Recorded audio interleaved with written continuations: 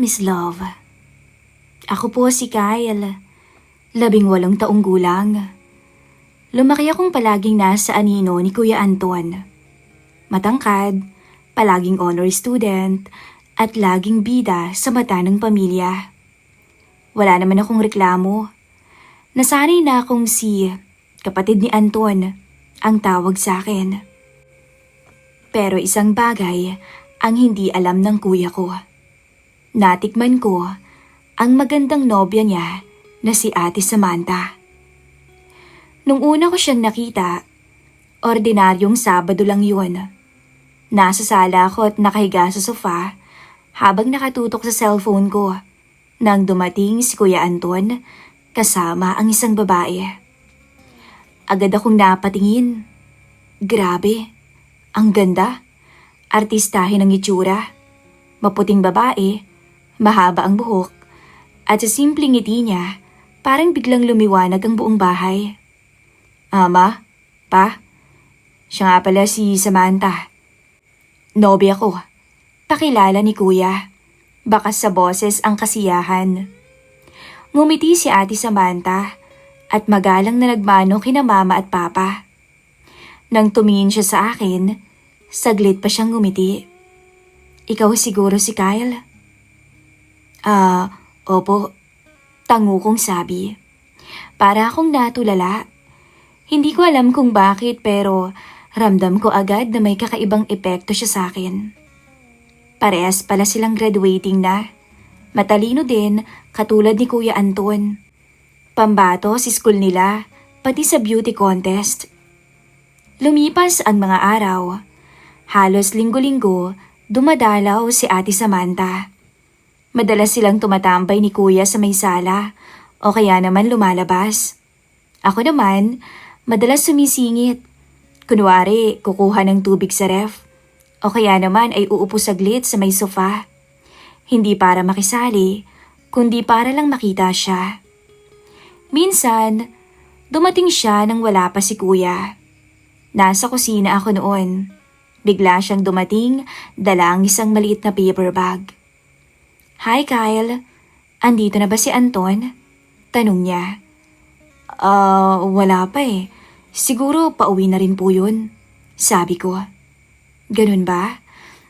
Sige, hihintayin ko na lang. Umupo siya sa may mesa. At ako naman ay nagpatuloy sa ginagawa. Pilit hindi pinapahalata na kinakabahan ako. Tahimik lang kaming dalawa hanggang sa siya na mismo ang bumasag ng katahimikan. Ikaw ba? Mahilig ka rin ba sa basketball tulad ng kuya mo? Tanong niya. Hindi masyado eh. Mas gusto ko pong mag-drawing. Sagot ko. Nagulat ako nung bigla siyang ngumiti. Talaga? Ako rin eh. Mahilig mag-sketch dati. Pero hindi na ako masyadong nakakapag-drawing ngayon. Anya. Doon nagsimula ang maliit naming usapan. Hindi ko inaasahan na makakahanap kami ng kahit maliit na koneksyon. Pero para sa akin, napakalaking bagay nun. Habang tumatagal, mas napapansin kong hindi ko na siya tinitingnan bilang nobya ng Kuya Anton ko, kundi bilang isang babae. Nanais ko pa o gusto ko pang makilala. Nakakahiyaman pong aminin, Miss Love. Pero tuwing nandito si Ate Sam, palihim ko siyang sinusulyapan. Ang paraan ng pagtawa niya, ang malambing na boses niya, pati ang simpleng pag-ayos niya ng buhok niya. Lahat yun, parang nakaukit sa isip ko. Minsan, nasa sala kami noon. Nanunood ng TV. Si Kuya abala sa may cellphone niya. At ako naman ay kunwaring nakatutok din sa palabas.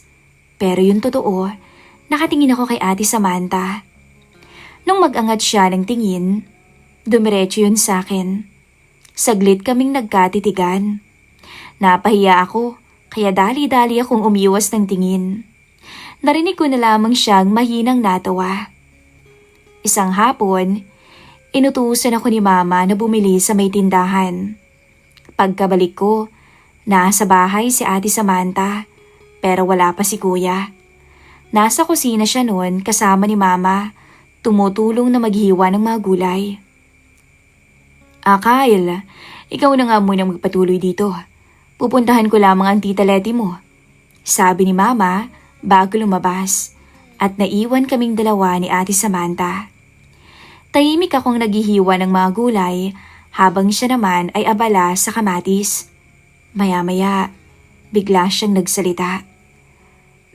Ilang taon ka na nga, Kyle? Tanong niya. 18 po, ate. Bata ka pa pala, no? May girlfriend ka na ba? Ha? Naku, wala pa po. 18 pa lang ako eh. Baka magalit si Mama. Naku, ganun ba? Naku baby ka pa pala, no? Hindi, no. Binata na ako. Sabi ko. Sige nga. Kung binata ka na talaga, may karanasan ka na ba? Karanasan saan? Di karanasan sa babae. Napatingin ako sa kanya. Hindi ako makapaniwala sa mga tinatanong niya. Utal-utal kong sabi. Oh, di ba wala pa? Naku, bata ka pa nga. Napatingin ako sa kanya. Ganun ba yun? Oo naman. Anya, sabay ngiti at kindat pa sa akin. Natigilan ako nun, Miss Love. Hindi naman na siya nag-usisa pagkatapos. Pero mula noon, mas lalo kong kinakabahan tuwing magkasama kaming dalawa. Bawat araw na lumilipas, mas lalong bumibigat sa dibdib ko ang lihim kong nararamdaman. Alam kong mali, dahil nobya siya ng kuya ko. Kapag nalaman to ni kuya, siguradong magagalit siya. Pero paano ko naman pipigilan ang damdamin na kusa na lang tumutubo? Minsan sa kwarto ko, kinakausap ko na nga yung sarili ko eh. Ano ka ba naman, Kyle? Tigilan mo na nga yung kakaisip kay Samantha. Pero kapag muli ko naman siyang nakita, bumabalik lahat ng kaba at saya at nakakalimutan ko yung pinapayo ko sa sarili ko. Dumating yung araw ng kaarawan ni Kuya Anton. Maraming mga bumisita. Masaya ang lahat. Ako nasa gilid lang, nanunood. Siyempre si Ate Samantha nandoon. Suot-suot ang pulang dress. Ang ganda-ganda niya. Halos lahat ay napapatingin sa kanya. Litaw yung mapuputi niyang hita sa hapit na hapit niyang dress. Habang abala si Kuya sa pakikipagkwentuhan, dumaan siya sa harap ko at mahina akong sinabihan na, Kyle, ang tahimik mo na naman dyan. Tara, tulungan mo akong maglagay ng plato sa mesa. Sumunod ako sa kanya. Habang inaayos namin ang mesa, hindi ko maiwasang maamoy yung pabango niya. Ang lambot ng kamay niya nung aksidenteng magdikit ang mga kamay namin. Pareho kaming napatigil saglit. Walang sinabi, pero ramdam ko ang kakaibang kilig na dumaloy sa akin. Lumipas pa ang mga oras, kinagabihan, pumunta na ako sa kwarto. Pero habang nakahiga ako, hindi ko pa rin maiwasang isipin si Ate Sam. Hindi pa ako makatulog. Siguro dala na rin ang ingay mula sa iba pang bisitang nandoon. Mga bandang 11:00 na ng gabi, natapos na ang kasiyahan. Umalis na rin ang mga bisita. Pero ako, heto pa rin, nakahiga, nakatingin sa kisame at gising na gising pa rin ang diwa. Si Ate Samantha kasi, dito na magpapalipas ng gabi. Dahil gabi na natapos ang handaan, sinabi ni Mama na mas mabuti nang dito na siya matulog kaysa umuwi pa. Wala namang tumutol dahil botong-boto sila kay Ate Sam. Tahimik na ang buong bahay. Narinig ko pa ang mahihinang yabag ni na Mama at Papa sa kabilang dulo ng pasilyo. Malamang naghahanda na rin silang matulog. Ang ilaw sa sala ay nakapatay na. Tanging liwanag na lang mula sa lampshade ng kwarto ko ang naiwan. Pinikit ko ang mga mata ko. Pilit na iniisip na bukas ay isang normal na araw na lang ulit. Pero habang lumilipas ang mga minuto, mas lalo kong hindi mapakali. Para bang may kung anong bigat sa dibdib ko. Hindi ko alam kung ano ba tong nararamdaman ko. Maya-maya, nakarinig ako ng ingay mula sa kwarto ni Kuya Anton. Nagsimula lang sa mahihinang tawanan. Akala ko nung una, nagkukwentuhan lang sila Kuya at Ate Samantha bago matulog. Pero habang lumalalim ang gabi, unti-unting nag-iba ang tono ng mga ingay. May mga bulong, may mga halakhaka na parang pigil, at maya-maya, may mga bagay na akong nairirinig na hindi dapat. Nag-init yung tenga ko, Miss Love. Pati yung buong katawan ko. Hindi ko nga alam kung tatakpan ko ba ang tenga ko o magpapatuloy lang na makinig kahit labag sa konsensya ko. Ang mga pangyayari ay malinaw na malinaw sa akin. Hindi ko alam kung anong mas matimbang, ang selos o ang pagkahiya sa sarili ko. Selos, dahil ramdam kong siya ang babae na lihim kong minamahal. Pero malinaw na hindi ako ang mahal niya. Pagkapahiya, dahil sa halip na talikuran ang naririnig, mas lalo akong natigilan at nakinig. Pumikit ako ng mariin. Pilit iniisip na hindi ko dapat maramdaman ang ganito. Kyle, siya ang nobya ng kuya mo. Mali ito, mali. Sabi ko sa sarili ko. Pero imbis na mawala ang iniisip ko, mas lalong umaalingaw-ngaw ang mga naririnig ko sa kabilang kwarto. At sa hindi ko maipaliwanag na dahilan, imbis na tuluyang masaktan ako, mas lalo akong naakit, Miss Love. Parang may dalawang boses na nag-aaway sa loob ng utak ko. Tumigil ka. Huwag mong hayaang lamunin ka ng damdaming hindi mo dapat maramdaman. Pero may isa pang boses na bumubulong na, Ako dapat ang nasa lugar ni Kuya Anton. Hindi ko alam kung alin ang susundin. Ang alam ko lang, bawat halakhak, bawat may hina nilang paghinga, ay tila nakaukit sa alaala ko. Na para bang ako yung nandun, kahit hindi naman talaga. Makalipas ang ilang minuto, na parang oras kong ituring, unti-unti nang tumahimik ang kabilang silid. Marahil ay nakatulog na silang dalawa. Ako naman, naiwan dito sa may dilim. Hawak ang sarili kong damdamin na hindi ko alam kung saan dadalhin. Hindi ko alam kung galit ba ako kay kuya, o naiinggit, o nasasaktan lang dahil sa nararamdaman ko. Pero isang bagay ang malinaw nun. Mas lalong tumibay ang pakiramdam ko kay Samantha. Pagbangon ko kinabukasan, gising na sila mama at papa. Si Kuya Anton naman nakangiti habang abala sa kusina. Si Ate Samantha nakaupo na rin, nakasuot ng simpleng t-shirt na halata namang kay kuya. Maaliwalas ang mukha niya, halatang may nangyari kagabi. Nung magtama ang mga mata namin, ngumiti siya. Good morning, Kyle. Good morning din po. Sagot ko, pilit na pinapakalma ang sarili ko. Habang kumakain kami ng almusal, hindi ko maiwasang isipin ang gabing nagdaan. Hindi ko alam kung normal lang ba yon para sa isang magnobyo't nobya o kung ako lamang ba yung nababalo sa pag-iisip. Pero ang sigurado ko, ako lang ang may dalang mabigat sa puso.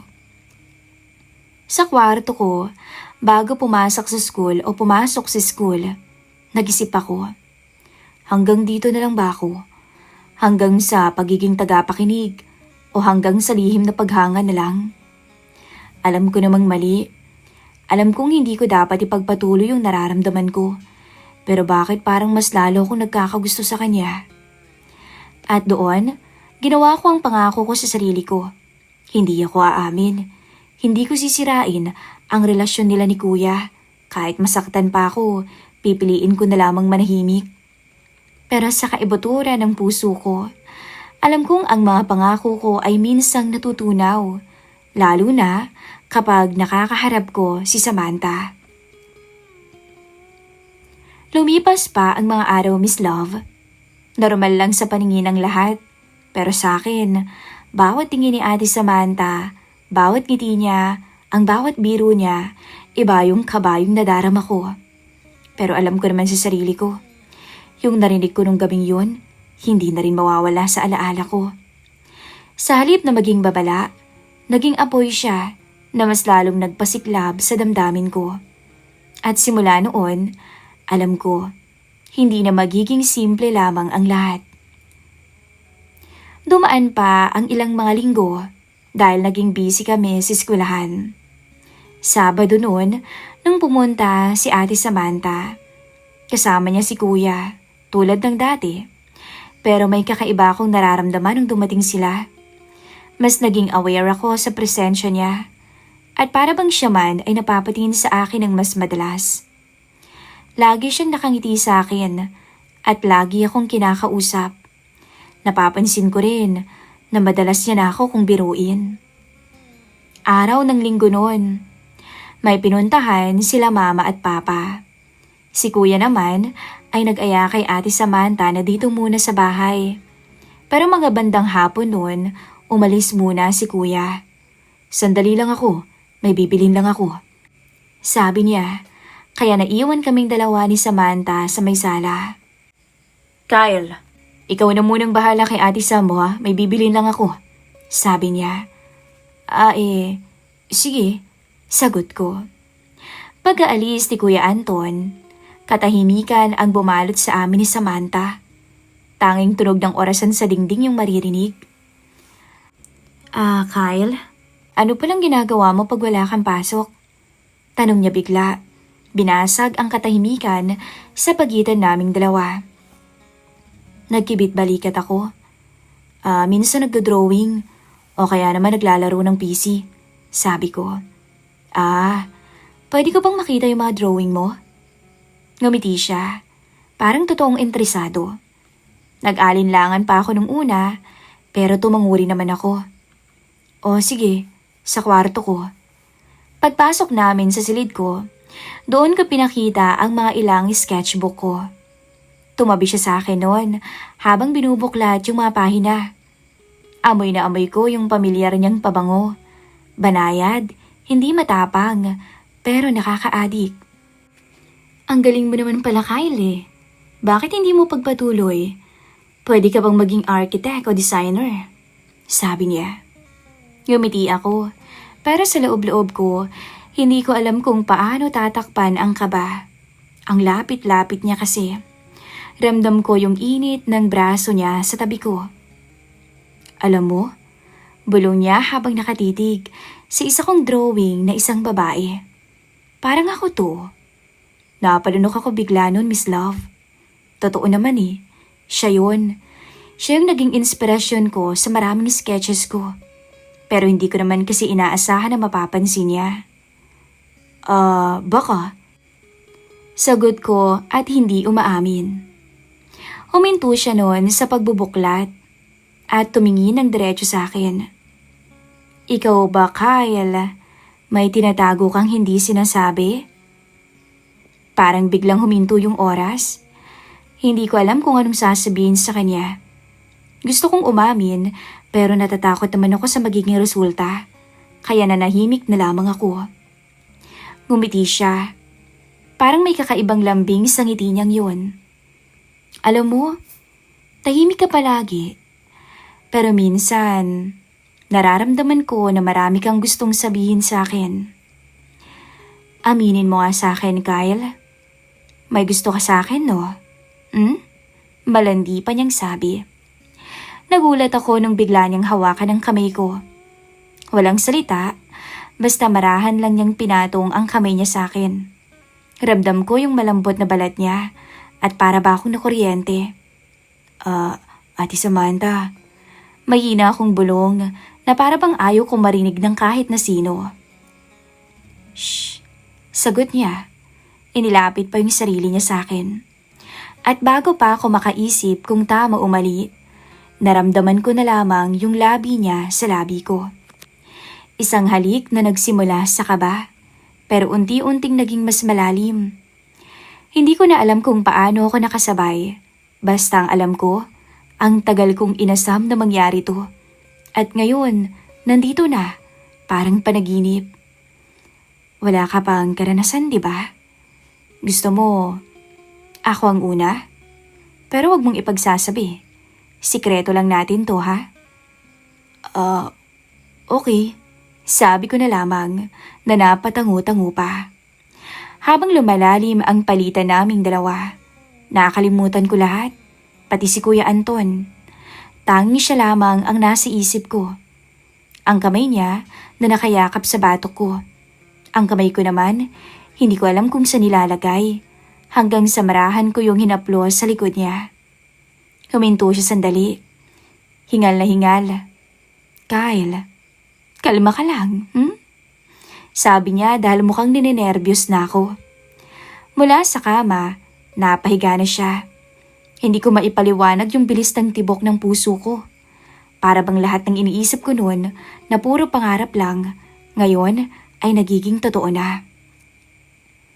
Ang mga sumunod na nangyari, Miss Love, hindi ko na makakalimutan.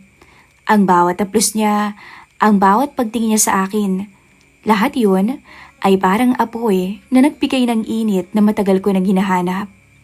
At sa loob ng silid kong yun, naging totoo ang lahat ng lihim kong nararamdaman, na para bang kami lang ang tao sa mundo.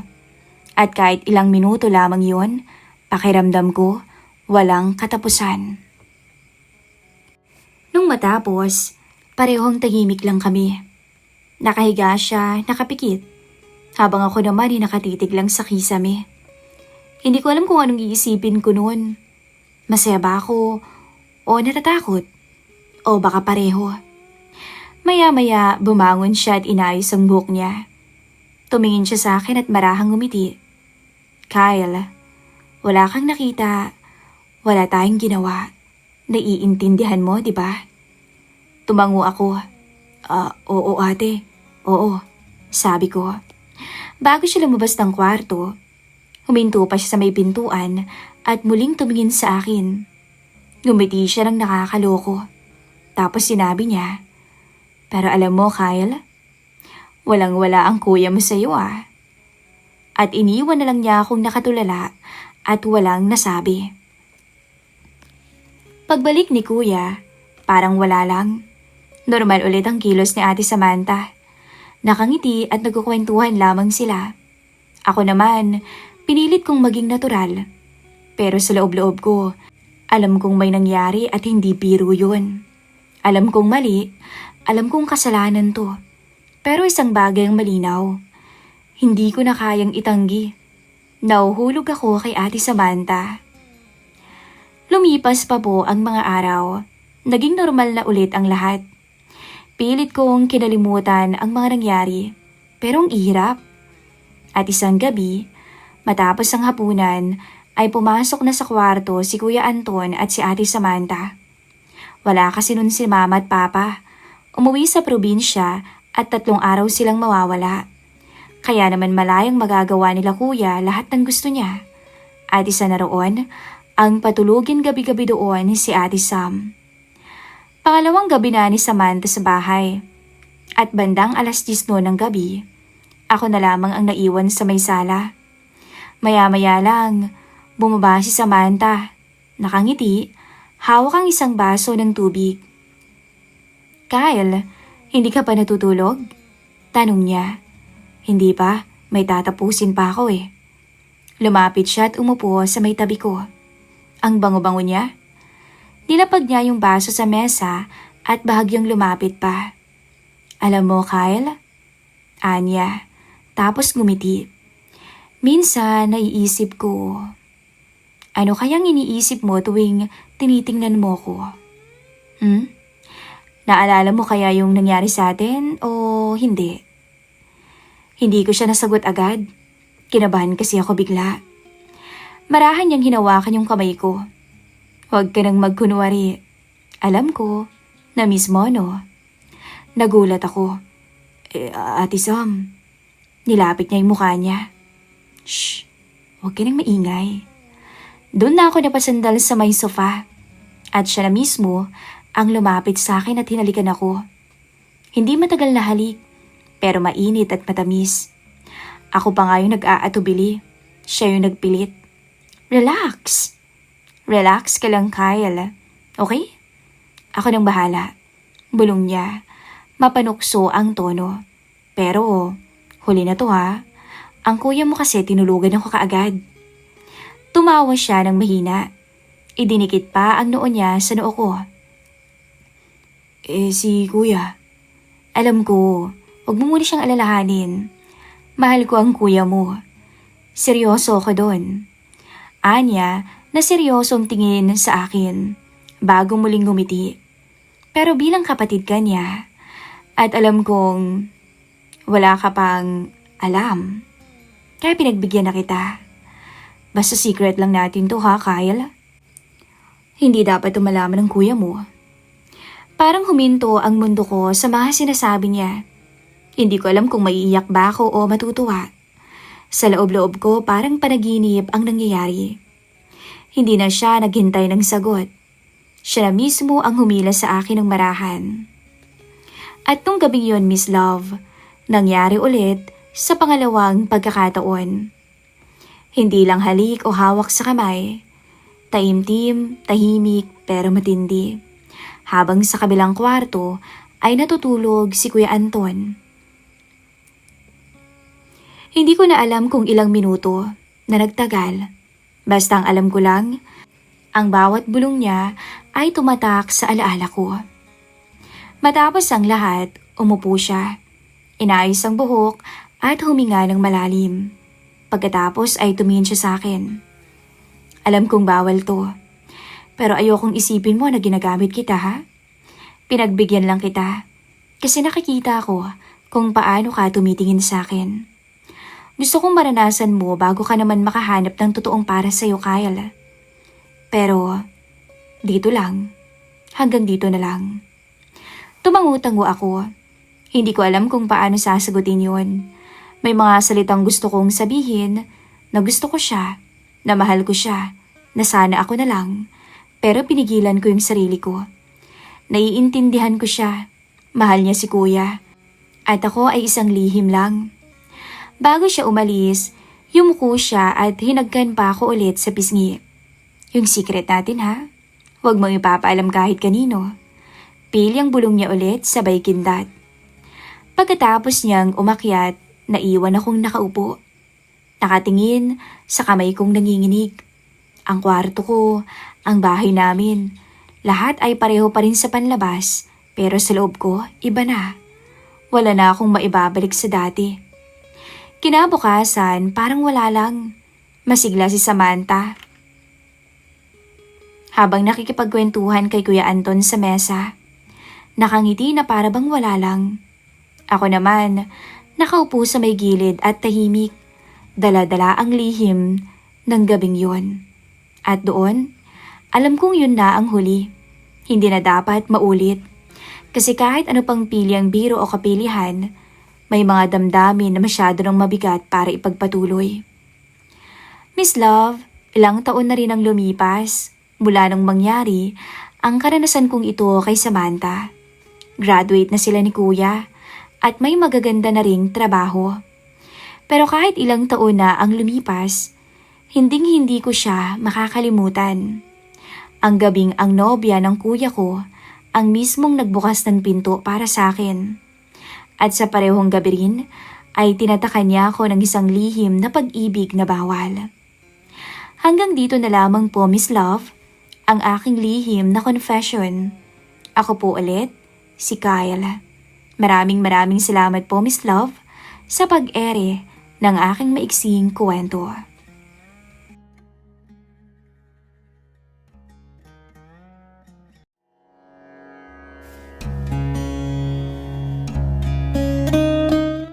Dear Miss Love, hindi ko akalain na sa simpleng paghatid sundo lang, doon magsisimula ang pinakamagandang laro sa buhay ko. Magandang araw po sa inyong lahat. Ako nga pala si Kevin, 20 anyos. Tambay. Yun na siguro ang pinakamaikling description sa akin. Hindi na ako nag-aral matapos akong tumigil noong 3rd year high school. Wala rin akong matinong trabaho. Kadalasan nasa kanto lang ako kasama ang mga tropa. Naglalaro ng mobile games o kaya tumatambay sa sari-sari store ni Aling Juanita. Hanggang sa dumating sila. Bagong lipat sa tapat namin, si Ate Celine. Una ko siyang nakita isang hapon habang nagbababa ng gamit sa isang maliit na truck. Maputi, makinis at talagang maganda. Nakasuot lang siya noon ng simpleng damit pero hindi mo makakaila yung lakas ng dating niya. Maaliwalas ang muka, mahaba ang buhok na nakatali at may kakaiba sa aura niya. Akala ko nga noon dalaga pa. Yun pala, may anak at asawa na. Kasama niya noon ang anak niyang si Nero, na 11 taong gulang na. Pare, bagong lipat. Bulong sa akin noon ni Jomar habang nakatingin kami mula sa tindahan. Hindi naman ako sumagot. Hindi ko alam kung bakit, pero napatingin lang ako ng matagal kay Ate Celine. Hindi dahil sa kung ano paman, parang may kakaibang pakiramdam lang. Kinabukasan, nagkataon na nasa labas ako ng bahay na katambay malapit sa tindahan nang marinig ko ang bata na nagsalita. Kuya, marunong ka ba nito? Tanong niya habang hawak ang cellphone. Lumapit pa siya. Ano bang laro yan? Tanong ko. ML kuya, sagot niya agad. Napangiti ako. Oo naman, anong rank ka na? At doon nagsimula ang lahat. Araw-araw lumalapit si Nero sa akin para makipaglaro. Minsan sa tapat ng bahay namin, minsan sa kanila, minsan naman sa tindahan. Hanggang sa unti-unti, nakilala ko na rin ang nanay niya ng maayos, si Ate Celine. Mabuti nga nandito ka eh, sabi niya minsan habang pinapanood kaming maglaro ni Nero. Wala kasi akong alam sa mga ganyan. Okay lang po yun. Ako nang bahala kay Nero, sabi ko. Ngumiti naman siya.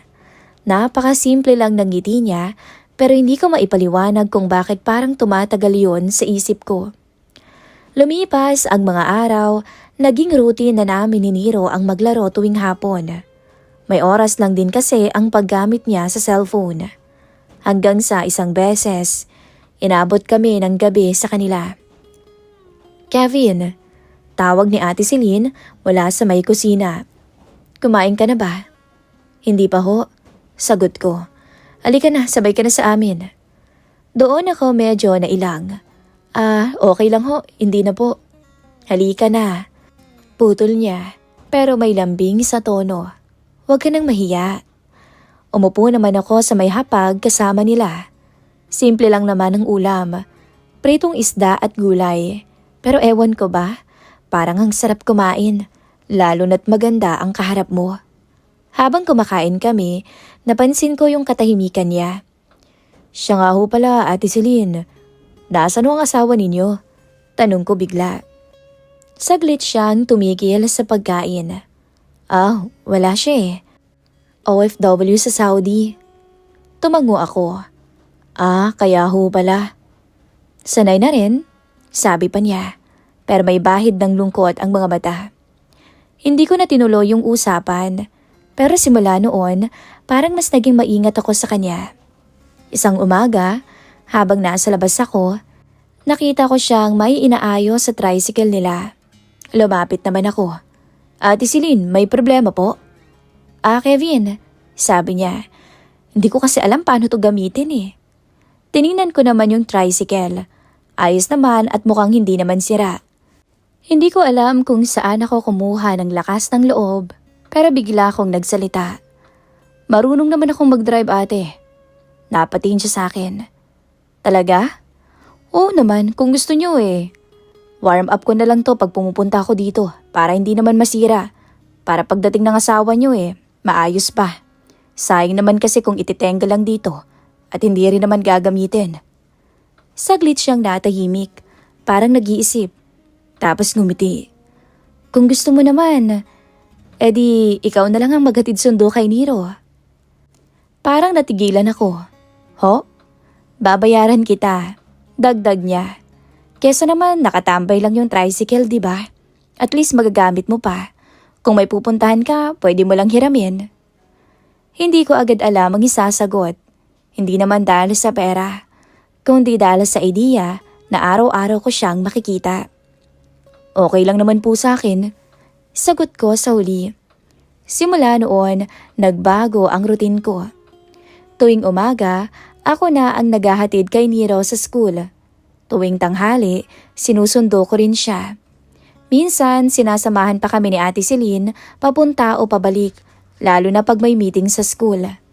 Sa bawat biyahe, unti-unti kaming nagkakausap. Siya nga pala, Kevin, bakit ka nga pala tumigil sa pag-aaral? Tanong niya minsan, habang naghihintay kami sa pag-uwi ni Nero. Napabuntong hininga naman ako. Wala po, nawalan lang talaga ako ng gana.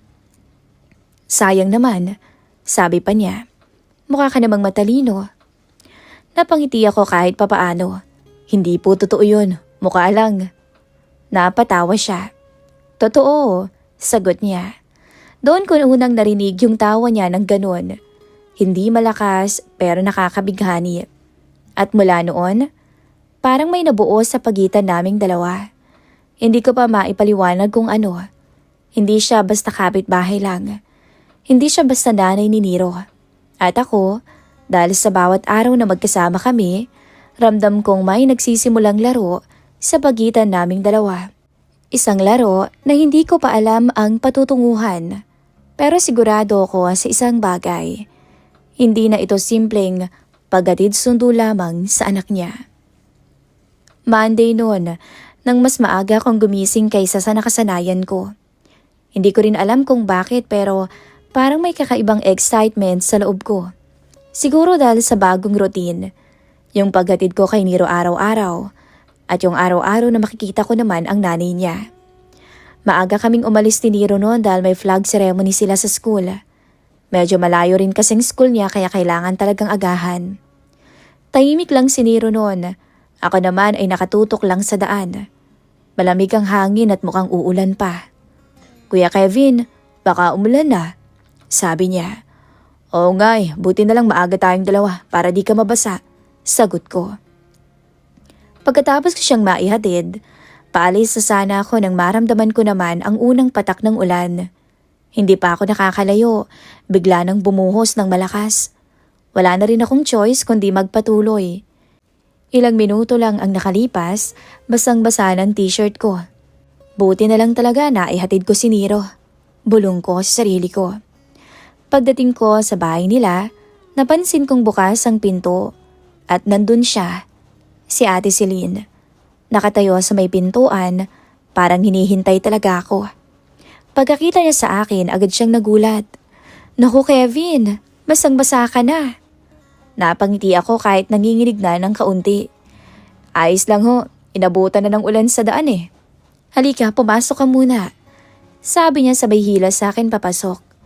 Hindi na ako tumanggi. Pagpasok ko, agad siyang kumuha ng tuwalya at iniabot sa akin. Oh, punasan mo muna ang sarili mo. Baka mamaya magkasakit ka pa eh. Salamat ho.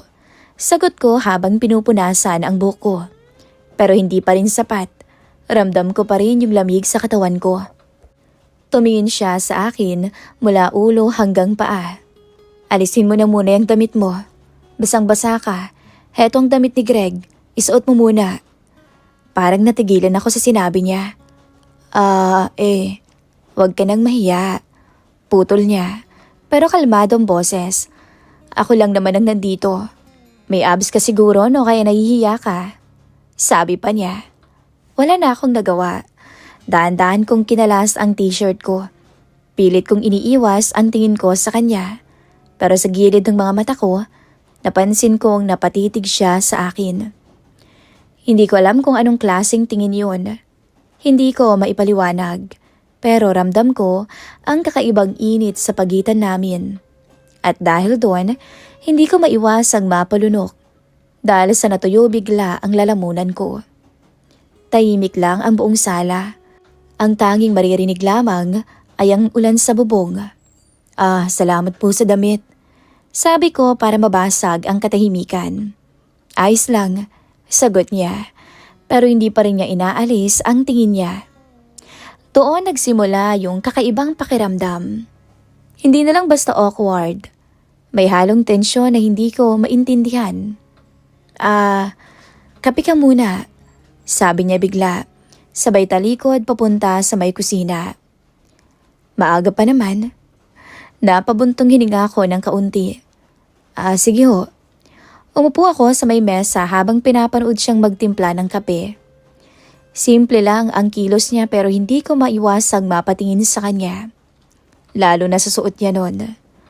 Iba na yung pakiramdam ko sa kanya ngayon. Pagbalik niya, nilapag niya ang kape sa may harap ko. Salamat Ate Celine. Saglit kaming natahimik habang umiinom. Hanggang sa ako na rin ang nagbukas ng usapan. Siya nga pala ate, ilang taon na po ba si Kuya Greg sa abroad? Tukoy ko sa kanyang mister. Sandali siyang tumigil bago sumagot. Nasa 3 taon na rin. Hindi pa po siya umuwi. Umiling siya. Hindi pa eh. Tumango naman ako. Hindi ko alam kung bakit, pero parang may gusto pa akong itanong. Kung ganun 3 taon na pala kayong... Naputol ang sasabihin ko. Napatingin siya bigla sa akin. Na ano? Bigla tuloy akong nailang at nahiya. Wala ho. Mabilis kong sagot, sabay iwas ng tingin. Tahimik ulit. Pero iba na ang katahimikan ngayon. Mas mabigat at mas mainit. Hindi ko alam kung bakit pero pakiramdam ko, naiintindihan niya yung hindi ko natapos na sabihin. At parang hindi rin niya tinatanggihan. Kevin, tawag niya. Mahina ang boses niya. Napatingin ako sa kanya. Mas malapit na siya ngayon. Hindi ko na malayan kung kailan ba siya lumapit. Salamat nga pala ha.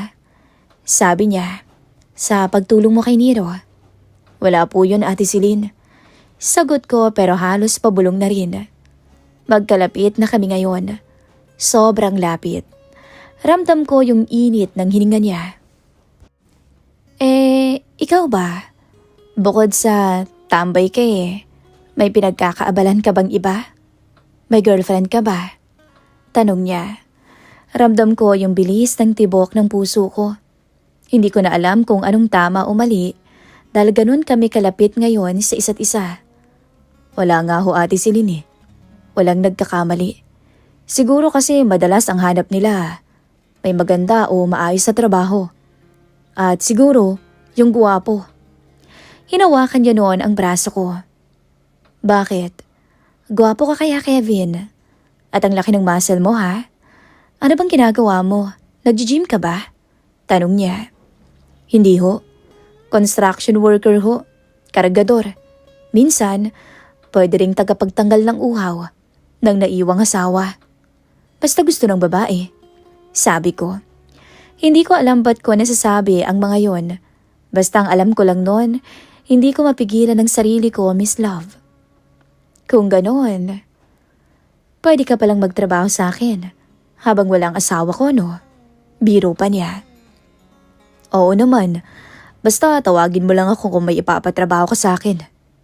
Talaga? Okay, sige. Sabi niya. Tapos doon ako nagulat. Kasi bigla niyang hinalikan ang labi ko. Hindi na ako nagpakipot noon, Miss Love. Palay nang lumalapit sa manok, kaya sinunggaban ko na. Hindi ko makakalimutan ang nangyari sa amin. Dahil iba pa rin talaga pag ang nakakasalo mo sa kama ay isang sabik na asawa. Lalo na yung may asawang nasa abroad o kaya naman asawa ng seaman. Sila ang mga babaeng sabik. Sa mesa sa kusina, hindi na namin alintana ang natapon na kape. Dahil ang atensyon naming dalawa ay kapwa na sa labi na ng isa't isa. At doon, bumigay sa akin ang asawa ng isang OFW. Doon tuluyang nagsimula ang laro namin. Isang lihim na ugnayan na hindi dapat mangyari pero nangyari pa rin. Sabado noon, bandang hapon na. Nasa sala kami ni Nero, parehong tutok sa cellphone habang naglalaro ng online games. Halos magkatabi lang kami at tuwang-tuwa siya tuwing nananalo kami. Kuya Kevin, ang galing mo talaga. Sigaw niya habang tumatawa. Napangiti ako. Ikaw kaya, ang galing-galing mo na rin maglaro ah. Ganito na halos lagi ang eksena namin tuwing weekend. Para na akong kuya niya o mas higit pa nga roon.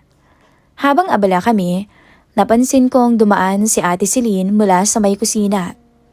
Saglit siyang tumigil at tumingin sa amin. "Kevin," tawag niya. "Po, ate?" Sagot ko. Hindi inaalis ang tingin sa screen. "May ipapatrabaho pala ako sa'yo mamayang gabi ha." Doon na ako napatingin sa kanya. Ganun ho ba?" Tanong ko. Tumango siya na may bahagyang ngiti sa labi. "Kahit mga 9:00 ka na pumunta, para tulog na rin si Nero." Hindi ko napigilang mapangiti.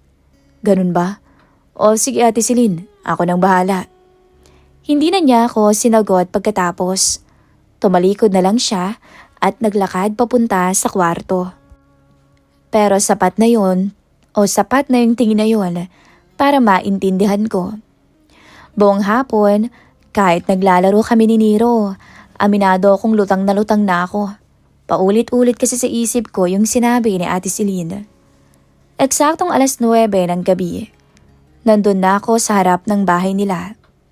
Tahimik na ang kapaligiran. Ilang ilaw na lang ang bukas sa loob nila. Dahan-dahan akong kumatok. Ilang segundo lang bumukas ang pinto. Siya agad ang bumungad sa akin. "Pasok ka na." Mahina pa niyang sabi. Pagpasok ko, sinigurado muna niyang sarado ang pinto. Tahimik ang buong bahay. Wala ni isang ingay mula sa kwarto ni Nero. Gumagawa na siya ng assignment kanina pero pinatulog ko na rin kaagad. Paliwanag pa niya. Tumango lang ako. Hindi ko na alam kung anong sasabihin ko kasi hindi na rin naman kailangan ng salita. Muli, bumalik yung pakiramdam na una kong naramdaman nung araw na umuulan. Yung tahimik pero mabigat na tensyon sa pagitan naming dalawa ni Ate Celine. Magkalapit kaming dalawa. Hindi na kami nagpaligoy-ligoy pa. Agad naming sinunggaban ang labi ng isa't isa. At pagkatapos lamang ng ilang minuto, naabot namin ang sukdulan. At sa gabing iyon, lalo lang naming pinili na manatili sa kung anumang meron sa pagitan namin. Walang salitaan pero malinaw ang larong nagaganap. Kinabukasan, nagising na ako sa sarili kong kama. Napatingin ako sa kisame. Sandali akong natahimik. Parang hindi pa rin nagsisinkin sa akin ang lahat. Parang panaginip, pero alam kong hindi. Dahil ramdam ko pa rin yung bigat ng nangyari kagabi. Napabangon ako. Napangiti ng bahagya pero may halong kaba. Ano ba to? Bulong ko pa sa sarili ko. Bandang tanghali, habang nakatambay ako sa labas, biglang sumulpot si Nero. "Kuya Kevin, tara, laro na tayo." Napangiti naman ako. "O sige, tara." Pagpasok ko sa bahay nila, narinig ko agad ang boses ni Ate Celine mula sa loob. May kausap siya, parang may ka-video call. "Oh, andito pala si Kevin eh." Narinig ko pang sabi niya. Napahinto ako sa may pintuan nila. Mahal, siya nga pala si Kevin, yung kapitbahay natin dito. Siya yung sinasabi ko sa'yo, yung naghahatid sundo kay Nero sa school." Doon ko siya unang nakita. Si Greg, ang asawa ni Ate Celine. Nasa screen ng cellphone, balbas sarado, mukhang matangkad at malaki ang katawan. Kahit sa video call lang, ramdam ko yung presensya niya. Ganun ba? Salamat Kevin ha? Sabi nito. Napakamot naman ako sa ulo. Wala pong anuman yun. Hindi ko alam kung bakit pero bigla akong kinabahan. Habang nakatingin ako sa kanya, may kung anong pumasok agad sa isip ko. Paano kaya kung malaman niya bigla? Ano kayang mangyayari sa akin? Napaisip ulit ako. Sa itsura pa lang niya, parang kayang-kaya niya akong durugin ah. Napailing na lang ako ng bahagya at napangiti sa sarili ko. Grabe ka naman mag-isip Kevin. Bulong ko na lang sa sarili ko. Pero kahit pilit kong tinatawanan, hindi ko maikakaila. May takot din akong nararamdaman. Lumipas ang araw, dumating ang Monday. Balik ulit sa routine. Hatid kay Nero sa umaga, sundo sa hapon. Pero iba na ngayon. Sa bawat tinginan namin ni Ate Celine, may lihim na kaming alam. Isang bagay na kami lang ang may hawak. Bandang hapon, Sumama siya sa amin. May bibili lang ako sa bayan. Sabi niya. Sige ate. Sagot ko. Sa likod ko na siya umupo sa tricycle. Tahimik lang ang naging biyahe. Pero paminsan-minsan, nahuhuli ko siyang napapatingin sa akin. Pati na rin ako. Nung pauwi na kami, bigla akong may naisip na isang lugar. Malayo sa mata ng iba. Doon ko siya dinala muna. Medyo nagulat pa nga siya nang mapansin niyang iba na ang daan. Oh, saan tayo pupunta, Kevin? Tanong niya. Hindi naman ako agad sumagot. Hanggang sa makarating kami sa isang abandonadong kubo. Napapalibutan na yun ng talahiban. Tahimik at halos walang dumadaan. Huminto ako sa gilid. Bumaba ako, tapos tinulungan ko rin siyang bumaba. Tumingin siya sa paligid. Aba, naman Kevin. Sa dami naman ang pagdadalhan mong lugar sa akin, dito pa talaga. Sabi niya pero may halong ngiti. Hindi ba tayo tutuklawin ng ahas dito? Dagdag pa niya na nag-aalala. Napangiti naman ako. Huwag kang magkalala Ate Celine. Sagot ko. Kung may tutuklaw man sa'yo, hindi yun ahas. Saglit siyang natahimik, tapos napailing at napangiti. Pilyo ka talaga Kevin ah. Lumapit siya ng kaunti. Tahimik ang paligid. Sulitin mo na yan. Dagdag pa niya. Mahina lang ang boses. Malapit na palang umuwi ang asawa ko eh. Sabay tawa niya. Pero gets ko na. Napangiti ako ng bagya. Huwag kang mag-alala Ate Celine. Alam ko rin naman ang limitasyon ko. Kaya pag dumating ng asawa mo, ekis na. Sagot ko. Nagkatinginan kaming dalawa. May halong biro, may halong seryoso. At sa lugar na yon, na malayo sa lahat, muling may naganap sa aming dalawa. Mas lalo naming pinili ang tahimik na lihim na kami lang ang nakakaalam. Isang laro na patuloy naming nilalaro kahit alam naming darating ang araw na matatapos din ang lahat. Mabilis lumipas ang mga araw, Miss Love. Hindi ko namalayan na ilang buwan na rin pala ang dumaan mula nung nagsimula ang lahat. Yung mga simpleng sandali, yung mga tahimik na usapan, yung mga sulyapan at yung mga desisyong hindi namin pinag-iisipan ng matagal. Unti-unti yung naging bahagi ng pang-araw-araw ko. Pero tulad ng lahat ng bagay na hindi dapat nagsimula, alam kong darating din ang oras na kailangan itong matapos. Isang gabi, tahimik kaming nakaupo ni Ate Celine sa sala nila. Tulog kasi si Nero at wala kaming ginagawa. Magkatabi lang. Siya nga pala Kevin. Mahina niyang tawag. Napatingin naman ako sa kanya. May kakaiba sa mga mata niya. Hindi na yung dati kong nakikita. Seryoso siya ngayon. Malapit nang umuwi si Greg. Parang biglang bumigat ang pakiramdam ko. Hindi na bago sa akin ang ideyang yun. Alam ko naman mula pa nung una na may asawa siya, na may babalik sa kanya. Pero iba pa rin pala pag nandyan na. Ganun ho ba? Sagot ko. Tumango siya. Doon na rin namin napag-usapan. Natapos na kung anong meron kami. Diretso at walang paligoy-ligoy. Walang kadramahan. At siguro, yun na rin ang kailangan. Hindi ko alam kung anong dapat kong maramdaman. Lungkot o baka konting ginhawa. Sa totoo lang, halo-halo. Okay lang yun sa akin ate. Sabi ko sa huli. Tumingin siya sa akin. Sigurado ka ba? Baka naman mamiss mo ko. Napangiti ako ng bahagya. Siyempre naman mamimiss kita. Pero siyempre, alam ko naman ang limitasyon ko. At alam ko naman na simula pa lang kung ano lang to. Tahimik ulit kami. Pero this time, hindi na mabigat. Napakagaan ang usapan namin. Para bang may unti-unting nagiging malinaw sa pagitan namin. Salamat ha, sabi pa niya. Para saan naman? Tanong ko. Sa lahat, sagot niya. Hindi na ako sumagot kasi alam ko hindi na kailangan. Dumating yung araw na umuwi si Kuya Greg. Nandun ako nun sa labas, nakatambay lang, nang may humintong sasakyan sa tapat ng bahay nila. Bumaba siya. Mas malaki siya kaysa sa inaasahan ko. Napakatangkad, malapad ang balikat at May presensya talagang parang nakakatakot. Tama nga ako. Bulong ko sa sarili ko. Malaking tao nga. Lumabas si Ate Celine kasama si Nero. Masaya nilang sinalubong to. Nakatayo lang ako sa di kalayuan at pinapanood sila. Hanggang sa mapansin niya ako. Ikaw si Kevin no? Tanong niya habang papalapit. Napatuwid ako ng tayo. Oo, ako nga. Inabot niya ang kamay niya. Salamat sa paghatid sundo kay Nero. Nakipagkamay naman ako. Wala pong anuman yun. Maigpit ang pagkakahawak niya.